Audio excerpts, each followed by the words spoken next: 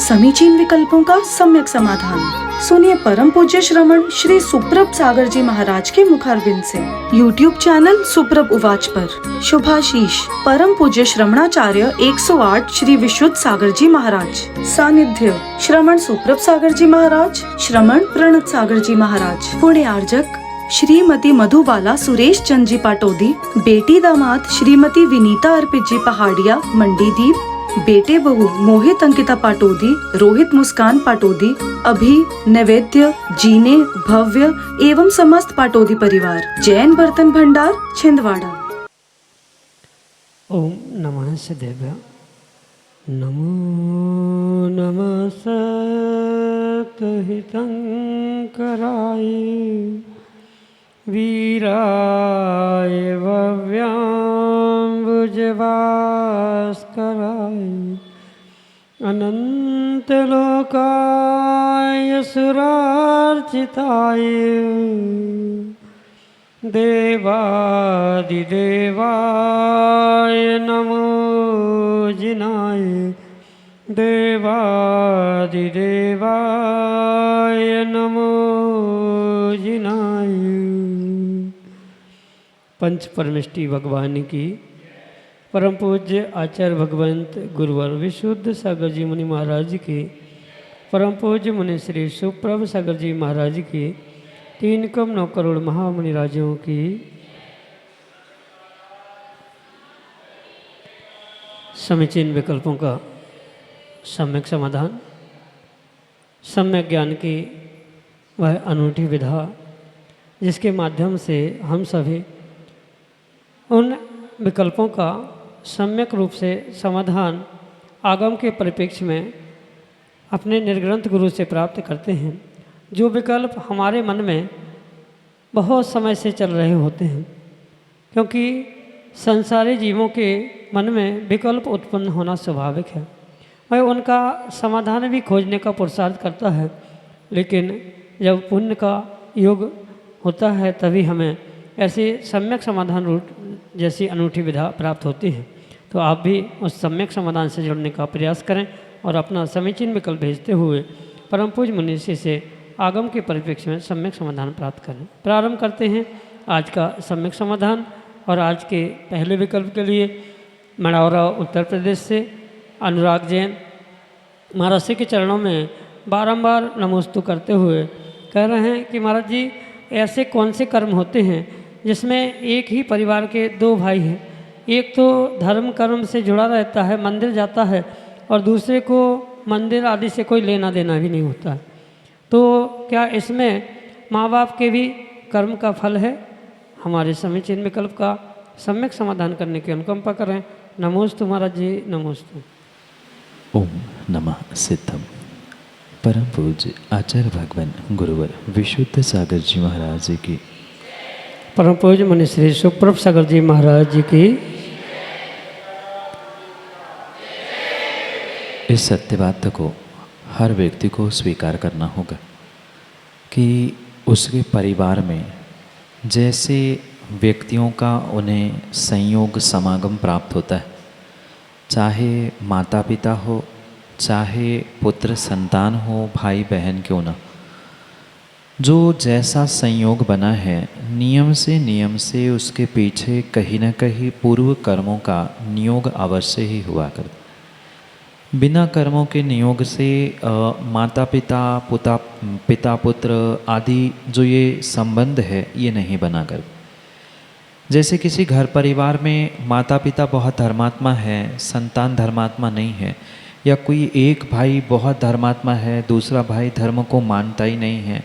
कई बार ऐसा देखने के लिए आता है कि संतान तो बहुत धर्मात्मा है पर माता पिता धर्म को जानते भी नहीं है।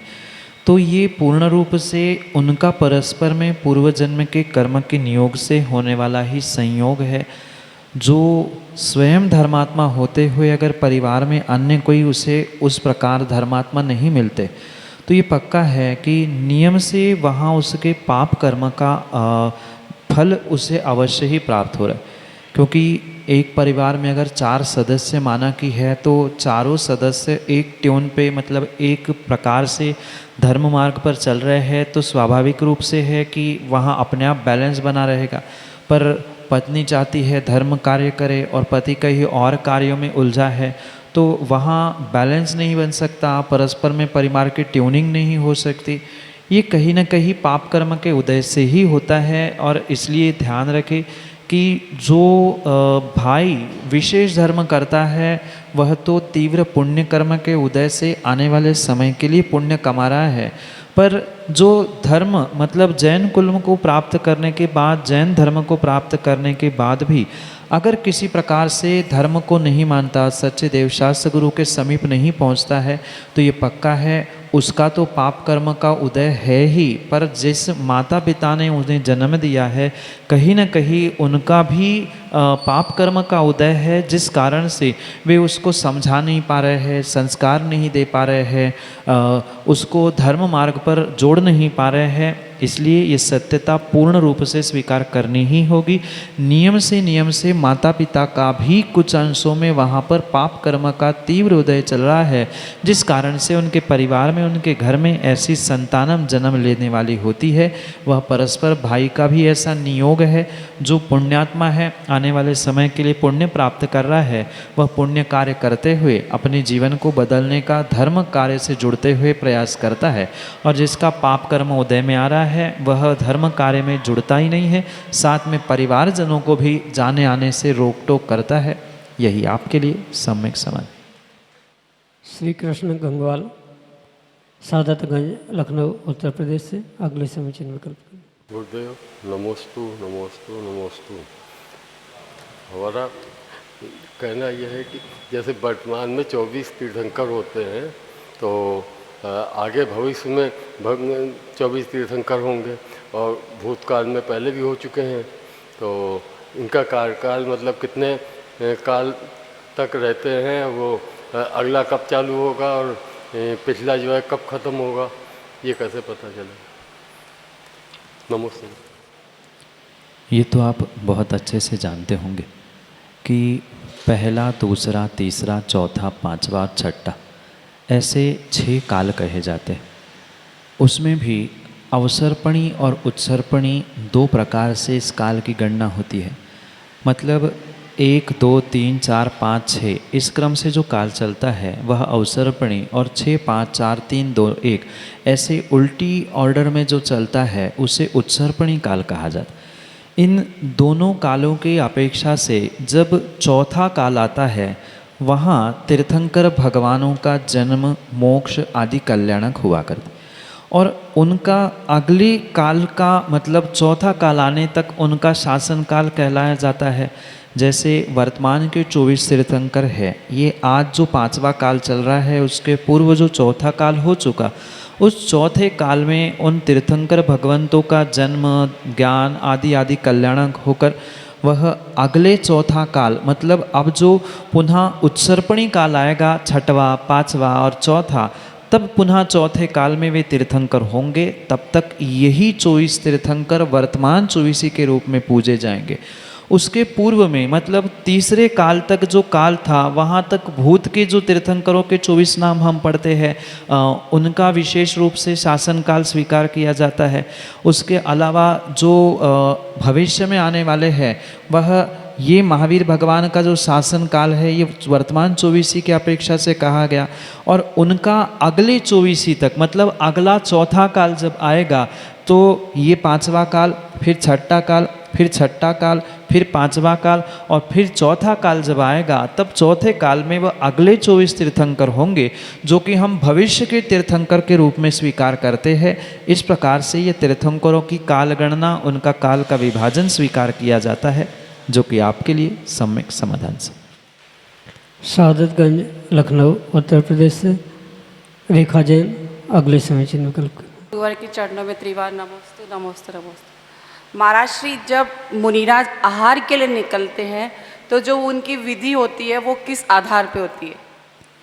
मुनिराज के मूलोत्तर गुणों में 12 प्रकार के तप कहे। उन 12 प्रकार के तपों में जो बहिरंग तप वृत्ति परिसंख्यान है। उस वृत्ति परिसंख्यान तप के अंतर्गत मुनिराज विधि लेकर निकलते। अपने इच्छा का निरोध हो, किसी प्रकार से राग द्वेष की वृद्धि ना हो, किसी श्रावक से विशेष अनुराग ना बने, इस अपेक्षा से ये वृत्ति परिसंख्यान नाम का तप तपते हैं, जिसे सामान्य भाषा में विधि लेना कहते हैं। विधि का अर्थ किसी प्रकार से किसी आगम ग्रंथों में लिखी नहीं है कि आज अष्टमी है तो कुछ 8 का ही उनका संकल्प हो। ये तो जैसे सामान्य भाषा में उसे आखड़ी कहते हैं। भगवान के दर्शन करते हुए जो मन में आकर खड़ी हो गई कि मुझे आज लगा कि हम अगर कोई 5 फल लेकर ही खड़ा है तो ही उनके घर में आहार करने जाएंगे, तो ये आवश्यकता नहीं है कि पंचमी के दिन ही 5 फल की विधि हो। अक्सर यही होता है, व्यक्ति यही सोचता है कि आज पंचमी है, आज दशमी है, आज अमुक है, तो तिथि के अनुसार विधियाँ ले गई हो। ऐसा किंचित भी नहीं है। मन में जिस प्रकार से तत्क्षण भाव होते हैं वैसे ही भावों को साकार करते हुए विधि ली जाती है। अनेक प्रकार की विधि या अनेक प्रकार का वृत्ति परिसंख्यान होता है। कई बार हाथ में देखे बिना भी, माना कि सामान्य रूप से एक कलश पे ही मुनिराज पड़क, पर घर जाकर भी किसी चौके में पहुंचने के बाद भी मुनिराज ने नियम लिया था, संकल्प किया था, विधि ली थी कि आज सबसे पहले अगर मुझे चावल चलाया जाएगा तो ही आहार करूंगा, नहीं तो मैं लौट आऊँगा। तो खड़े हो गए आहार लेने के लिए, अंजलि भर पानी लिया और सबने रोटी रोटी रोटी दिखाई। 3-4 बार मना किया, समझ में नहीं आया, अंजलि छोड़ के चले आ गए। तो ये अंतरंग विधि भी मुनिराजों की हो सकती है। ये तो एक उदाहरण है। अन्य किसी भी प्रकार से जो मन में आकर उनके खड़े हो जाए उसे आखड़ी या विधि के रूप में स्वीकार किया जाता है। इसलिए इसका कोई प्रेडिक्शन, इसका कोई गणित नहीं है कि किस दिन क्या किस प्रकार से विधि होती है। इसका कोई ऐसा बहिरंग आधार नहीं है। मुनिराज के आचार्य भगवंत या उपाध्याय साधु के मन में जो उस समय विचार आ जाए। कई बार ऐसा होता है, द्रव्य चढ़ते हुए मंदिर में आखड़ी लेते, विधि लेते, तो जो द्रव्य चढ़ी है उसमें से ही कभी कुछ देखने में आता है, कभी कुछ अन्य प्रकार की भी वो विधि ले सकते हैं। तो उसके लिए किसी प्रकार से कोई बंधन नहीं है, कोई पुस्तिका, कोई रूटीन नहीं है कि ऐसा होने पर ऐसा ही करना चाहिए। ये तो पुण्यात्मा के पुण्य के नियोग से ही कई बार बनती विधि बिगड़ जाती है और कई बार बिगड़ी विधि भी बनते हुए देखने में आ जाती है। ये तो नियोग का विषय है कि किस स्थान पर किस प्रकार से कब मुनिराज के आहार होना संभव है। ये बिल्कुल उसी पुण्यात्मा जीव के ही निमित्त से विधि आदि प्राप्त होती है। यही आपके लिए सम्यक समाधान। डालीगंज लखनऊ उत्तर प्रदेश से मीनू जैन अगले समीचीन विकल्प करें। नमोस्तु गुरुवर, नमोस्तु गुरुवर, नमोस्तु गुरुवर। गुरुवर, मेरा ये प्रश्न है कि ब्रह्म मुहूर्त का सही समय क्या है और हम कितने मंत्रों की जाप करते हैं, वो कितने लाख मंत्रों की जाप करें तो वो मंत्र सिद्ध हो जाता है। तो उस अगर मंत्र सिद्ध हो गया है तो उसका क्या हमें लाभ है? नमोस्तु गुरुवर। जो दिन की 6 घड़ियाँ कहा जाता है, उन 6 घड़ियों में से जो पहली घड़ी मतलब सूर्योदय से लेकर जो आने वाले सूर्यास्त तक का समय है, उसको 6 विभागों में विभाजित करते हुए उसे एक घड़ी का पैमाना दिया जाता है। तो रात्रि की अंतिम प्रहर रूप घड़ी और सूर्योदय के प्रारंभ होने वाली पहली घड़ी, इन दोनों कालों को लगभग 1.5-2-2.5 घंटे का जो समय है उसे आचार्य भगवंतों ने ब्रह्म मुहूर्त कहा है। किसी प्रकार से उसे मात्र घड़ी के अनुसार नापना उचित नहीं है, क्योंकि प्रत्येक मौसम में सूर्योदय सूर्यास्त भिन्न भिन्न समय पर होते, उसके अनुसार उसका ब्रह्म मुहूर्त भिन्न भिन्न प्रकार से समझने की आवश्यक। ठंडों का ब्रह्म मुहूर्त कुछ लेट होता है, गर्मी का सूर्योदय जल्दी होने के कारण से वह ब्रह्म मुहूर्त पहले होता है। तो ये पक्का माने कि लगभग सूर्योदय के पहले का जो 1.5 घंटे का समय स्वीकार किया जाता है सूर्योदय तक या उसके भी कुछ मिनटों तक, ये पूर्ण रूप से ब्रह्म मुहूर्त कहा जाता है। इसमें कुछ विशेष वर्गणाएं के दो विशेष कार्य होते हैं शरीर में भी मन में भी। इस कारण से इस ब्रह्म मुहूर्त का विशेष महत्व आध्यात्म ग्रंथों में कहा जाता है। और लगभग आपने देखा होगा, जाना होगा कि जितने भी हमारे ऋषि मुनि हैं, गुरुवर हैं, वे इसी ब्रह्म मुहूर्त में उठकर अपनी ध्यान साधना सामायिक स्वाध्याय प्रतिक्रमण आदि करते हैं। और वर्तमान में भी अगर कोई श्रावक कोई साधक या विद्यार्थी भी इस ब्रह्म मुहूर्त में उठकर विशेष आराधना विशेष पढ़ाई विशेष साधना करता है तो उसके लिए बहुत विशेष फल भी अवश्य प्राप्त होता है। रही बात मंत्रों की जाप की, तो करोड़ों जाप करने से भी मंत्र सिद्ध हो ये आवश्यक नहीं है, और हजारों सैकड़ों जापों से भी मंत्र सिद्ध हो उसमें कोई बड़ी बात नहीं, क्योंकि संख्या मात्र से जाप की सिद्धि मंत्रों की सिद्धि नहीं होती, अपितु मंत्रों को किस विधि से कितनी विशुद्धि से व्यक्ति जाप कर रहा है उस पर मायने रखता है कि वह मंत्र उससे सिद्ध होगा कि नहीं होगा। इसके अलावा भी इसके पीछे आचार्य भगवंतों ने मंत्र संहिता लिखी है, मतलब किस व्यक्ति का कैसा नाम है, उसमें कितने अक्षर है, मंत्रों के अक्षर क्या है, उसमें कुछ घटा बढ़ाकर गणित लगाया जाता है कि ये मंत्र इस व्यक्ति को सिद्ध होगा कि नहीं होगा, उसका निवास स्थान क्या है आदि बहुत सारी बातों को मद्देनज़र रखते हुए ही ये तय किया जा सकता है कि अमुक मंत्र अमुक व्यक्ति को सिद्ध होगा कि नहीं होगा। अगर उसका गणित जो आगम में लिखा है वह नहीं बन रहा है तो वह करोड़ों भी जाप कर ले तो भी उसको सिद्ध नहीं हो सकता। माना कि वह गणित बैठ भी रहा है पर जो विधि उस मंत्र जाप की कही है, क्योंकि उसके लिए दिशा भी योग्य चाहिए, समय भी योग्य चाहिए, मंत्रों का उच्चारण भी शुद्ध चाहिए, साथ में भावों की विशुद्धि भी उतनी तीव्रता से चाहिए, तभी वह पूर्ण रूप से मंत्र फलीभूत हो सकता है या सिद्ध हो सकता है, अन्यथा नहीं हो सकता। और प्रत्येक मंत्र का अपना अपना अभिप्राय अपना अपना फल है। जैसे विद्या मंत्र है उससे विद्या की सिद्धि होती है, सर्व कार्य सिद्धि वाले मंत्र होते हैं तो उससे सर्व कार्यों की सिद्धि होती है, धन प्राप्ति की भी मंत्र है, स्वास्थ्य लाभ की भी मंत्र है। पर पुनः ध्यान रखना, बिना गुरु आज्ञा के अगर कोई मंत्र सिद्धि में उलझ जाता है तो वह उलझन ही जीवन भर उसके लिए दुखदायी हो सकती है। इसलिए बिना गुरु आज्ञा के कोई भी किसी भी मंत्र सिद्धि की चक्कर में ना पड़े। आगम ग्रंथों में भी पुराण ग्रंथों में बहुत सारे ऐसे दृष्टांत हैं जिन्होंने गुरु आज्ञा के अभाव में मंत्र सिद्धि करने का प्रयास किया, उनका जीवन उन मंत्रों के सिद्ध होने से या नहीं होने से भी दिग्भ्रमित होता हुआ देखने में आया है। इसलिए गुरु आज्ञा के अभाव में जो विशेष मंत्र है उनकी सिद्धि ना करे तो ही वह श्रेष्ठ हो सकता है। और मैं तो कहता हूँ सर्व कार्य सिद्धि रूप नमोकार महामंत्र की अगर सच्चे श्रद्धा से व्यक्ति आराधना करता है तो नमोकार मंत्र ही उस जीव के लिए सिद्ध होते हुए सर्व कार्य में जीवन में उसे सिद्धि प्रदायक बन सकता है। यही आपके लिए सम्यक समाधि। आगम जैन, सादतगंज, लखनऊ, उत्तर प्रदेश से अगले समीचीन में करूँ। तो महाराज जी, बार बार नर्तन ना मिलता क्यों बेकार करे, गुरु जड़ों की वाणी सुनकर क्यों ना भला करे, तीन लोक में प्रभु मिल सकते गुरु नहीं मिलते, कर्म भूमि के आर्यखंड में गुरु दर्शन मिलते। महाराज जी इसका अर्थ बता दीजिए। नमोस्तु।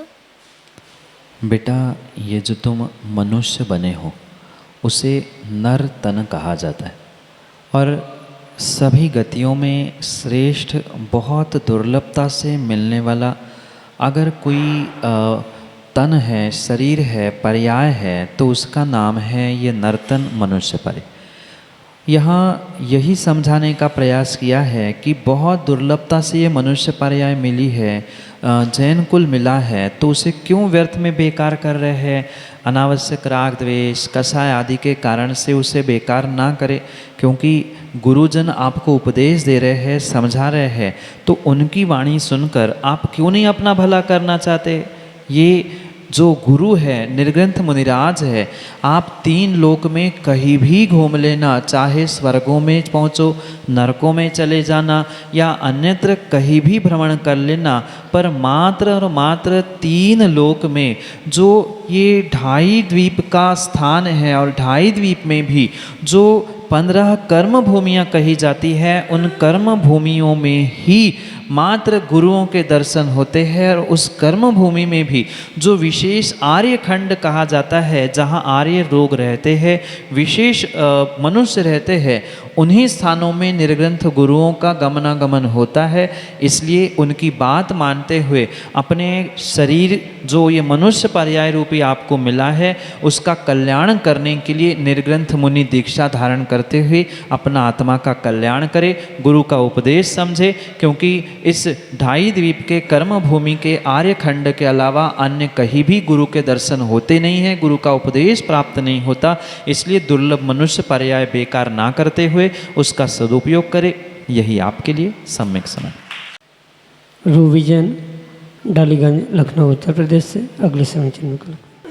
नमोस्तु गुरुदेव, नमोस्तु गुरुदेव, नमोस्तु गुरुदेव। जिनवाणी को माँ क्यों कहा जाता है और इसका स्वरूप क्या है?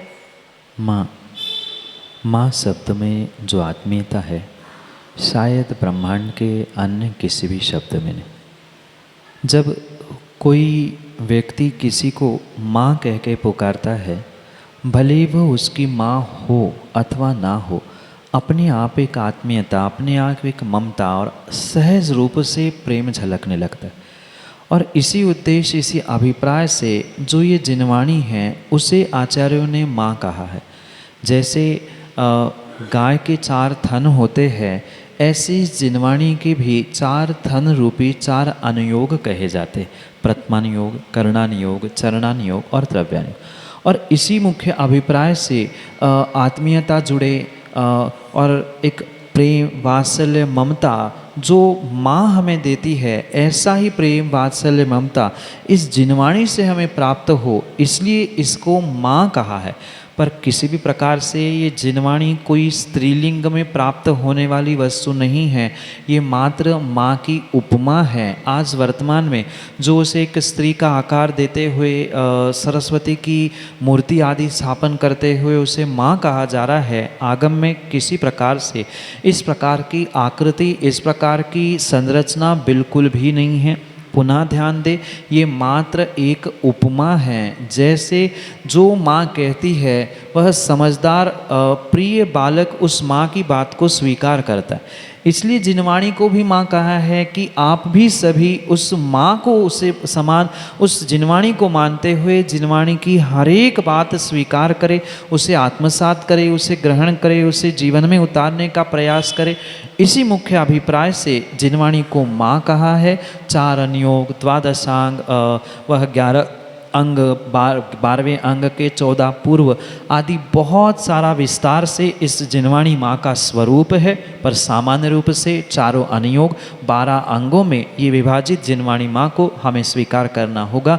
पर माँ मात्र उपमा है, किसी प्रकार से वह स्त्री रूप नहीं है। वह जिनवाणी भी स्त्रीलिंग शब्द है, इसलिए उसको माँ की उपमा, एक ममता भरा संबंध जोड़ने से माँ की आज्ञा जैसा बालक स्वीकार करता है, उसी प्रकार स्वीकार करे। इसी अभिप्राय से उपमा दी गई है।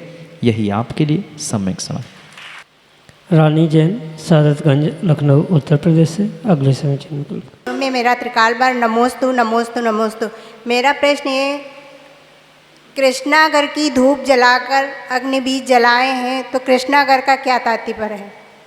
नमोस्तु नमोस्तु। कृष्णागर की धूप जलाकर या कई पूजा में कृष्णागर का चंदन आदि भी शब्द प्राप्त होते। ये कोई आगम का शब्द या कोई व्यवस्था या कोई विशेष धूप चंदन आदि की व्यवस्था नहीं है। ये एक स्थान है। जैसे रक्त चंदन है, पीत चंदन है, ऐसे अनेक प्रकार के चंदन की जो वैरायटी है, धूपों की जो वैरायटी है, उनमें से किसी विशेष स्थान पर जो मिलने वाला धूप, विशेष स्थान की चंदन से बना हुआ जो धूप है, उसे मात्र कृष्णागर धूप कहा है। अन्य कोई अभिप्राय नहीं है।